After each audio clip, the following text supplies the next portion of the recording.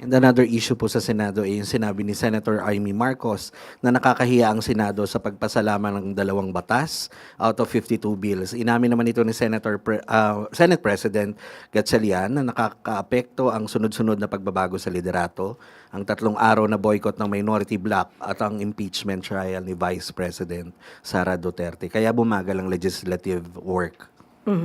Nadinig natin po natin si Senator Amy Marcos na binanggit niya na nagiging dahilan yata ang pagbabago-bago ng liderato. Well, unang-una, sino po ba ang nag-umpisa ng pagbabago ng liderato? At nung nagkaroon po ng pagbabago ng liderato, nandun na po yung nagkaroon ng putukan sa Senado, nagkaroon na po ng gulo sa Senado, nagkaroon ng 3 araw na sunod-sunod na hindi pagpunta at pag-attend sa sesyon.